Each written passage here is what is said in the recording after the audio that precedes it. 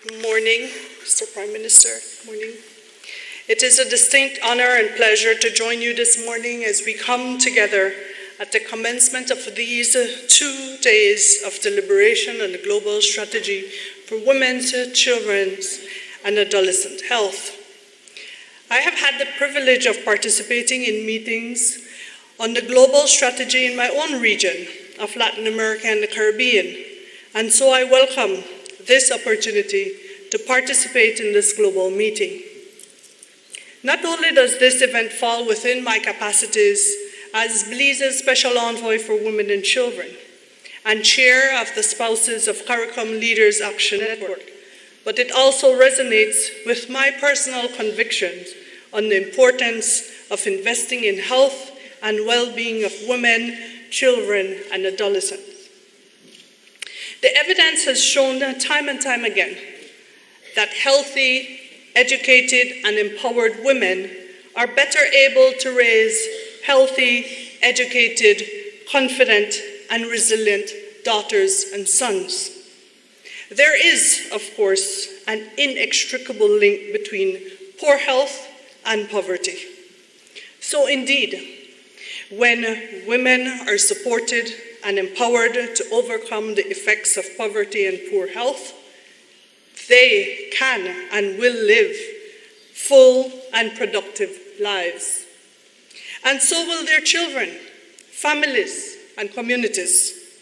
When the well-being of women is safeguarded, everyone benefits. Optimizing the health and well-being of women, children, and adolescents must be seen as a public good.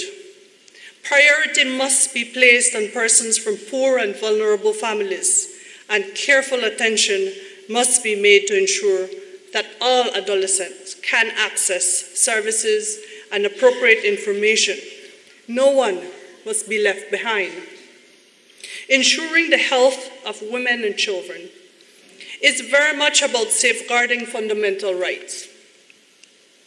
In the case of small developing countries such as Belize and those in the Caribbean sub-region, it is fully recognized there is also a strong economic argument to be made.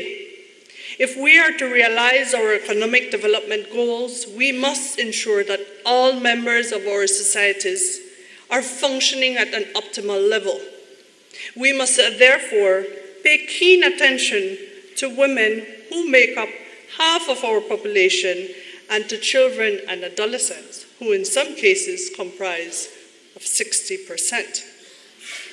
We are just too small to afford to leave anyone behind. And in that regard, I have the distinct pleasure of sharing with you that the First Ladies of the Caribbean have been hard at work over the past 3 years. We have been doing our part to safeguard the rights of women, children, and adolescents in our region. We have been working diligently on the Every Caribbean Woman, Every Caribbean Child initiative. The initiative is committed to addressing inequities through the implementation of the global strategy. It provides us with a platform for advocacy and action to focus on key social determinants of health and that negatively influence the development of Caribbean countries. Hence, we have focused on 4 areas: HIV and AIDS, particularly ending mother-to-child transmission as well as congenital syphilis, adolescent pregnancy, cervical cancer, and gender-based violence. So I'm very pleased to be here at this global interchange to share, listen, learn, and be inspired to deepen and broaden the collective efforts of the spouses of CARICOM Leaders Action Network. I look forward to the next 2 days. Ladies and gentlemen, the needs of our women, children, and adolescents cannot be ignored. The investment we make today in women's, children's, and adolescent health and well-being will help build peaceful, sustainable, and inclusive societies for future generations.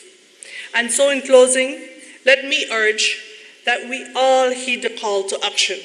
Let us stand on behalf of our sisters and their children, raising our voices and using our influence to advocate and to ensure that every woman, every adolescent, and every child can live a healthy and dignified life, that every woman, every adolescent, and every child has the opportunity to realize their fullest potential, and that every woman, every adolescent, and every child can make her fullest contribution to the development of her family, her community, her nation, and to the world. I thank you.